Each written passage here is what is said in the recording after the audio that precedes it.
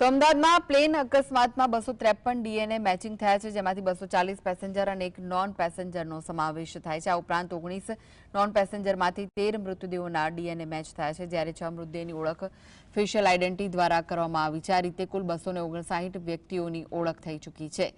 આ 259માંથી 256 મૃતદેહો તેમના સ્વજનોને સોંપવામાં આવ્યા। ઓળખાયેલા મૃતદેહોમાં 180 ભારતીય નાગરિકો, 19 નોન પેસેન્જર, 49 બ્રિટિશ, 7 પોર્ટુગીઝ અને 1 કેનેડિયન નાગરિકનો સમાવેશ થાય છે। હાલમાં 3 બ્રિટિશ નાગરિકોના મૃતદેહ પોસ્ટમોર્ટમ રૂમમાં રાખવામાં આવ્યા છે, કારણ કે તેમના સ્વજનો દ્વારા હજુ તેમને લેવામાં આવ્યા નથી।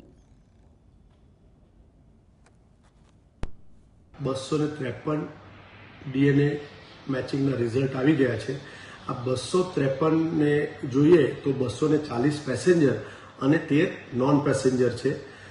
પહેલા દિવસથી અત્યાર સુધીની વાત કરશું તો 19 નોન પેસેન્જરના પાર્થિવ દેહ એમના સ્વજનને આપી દેવામાં આવ્યા છે, જેમાંથી 13નું ડીએનએ મેચ થયું છે, જ્યારે 6 વ્યક્તિઓને એમના ફેશિયલ આઈડેન્ટિટી કરી અને પછી એમના સ્વજનને એમનો દેહ સોંપી દેવામાં આવ્યો છે।